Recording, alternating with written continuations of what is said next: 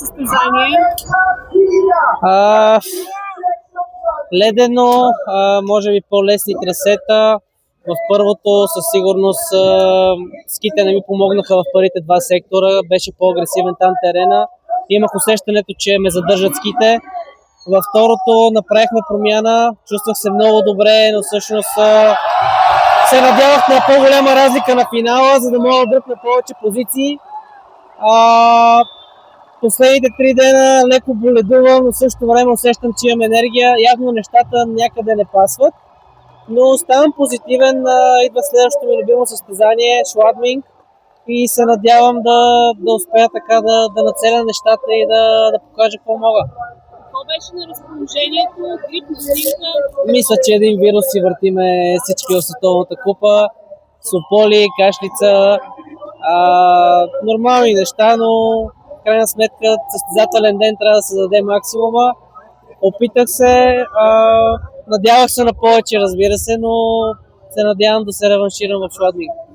Шладминг е последното състезание преди Олимпийските игри. За тебе това са трети Олимпийски игри. В Пекин имаше и най-доброто представяне, трето място.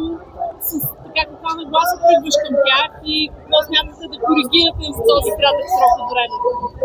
Няма много за коригиране. В добра форма съм, нещата са добре, просто трябва да се случи. Много от хората, които днес са на подиума, ги бия в тренировки с секунда понякога.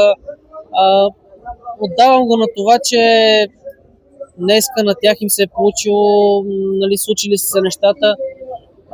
Оставам позитивен, знам, че мога да бъда бърз, знам, че мога да съм на подиума и просто ще трябва да го покажа на по-късен етап. И защото говорихме за Пекин, този случай е различно в твоята кариера за тези 4 години. За друг опит, имаш една победа за световната купа, какви други плюсове можеш да изброиш? Със сигурност натрупах опит, със сигурност преди си спомняте, че на меките терени почти отписвахме състезанията. В момента съм способен дори на меки и на лоши условия да правя резултати, което за мен е огромна стъпка.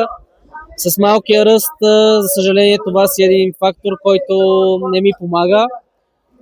Със сигурност се чувствам на място, чувствам се, че мога да победя всеки, който е в световната купа. И това е един, как да кажа, по-лесно ти е да застанеш на старта, когато знаеш, че си сред равни, а не сред звезди или легенди. Така че чувствам се равен на победителите и знам, че съм способен на нещо голямо. Карал ли си на тази писта в Ливио? Много от хората не са карали, дори се споменава, че ще бъде съвсем нова писта. В началото мислихме, че ще бъде изцяло в трасето на спускането, после казаха, че ще открият нова писта, която е от финала директно нагоре. Не знаеме точно, но като цяло ще бъде нова писта. Можеш ли да свалиш каската си? Видях някаква промяна на тебе. Разкажи за това нещо. Имах малко свободно време след нова година и реших така да направя някаква малка промяна, да ми тръгне, както се казва, от новата година. Но може би ще трябва да сменям цвета, така че не знам. Желавам ти да е бяло, зелено, червено след Олимпийските игри. Айде дано. Благодаря и стискайте палци.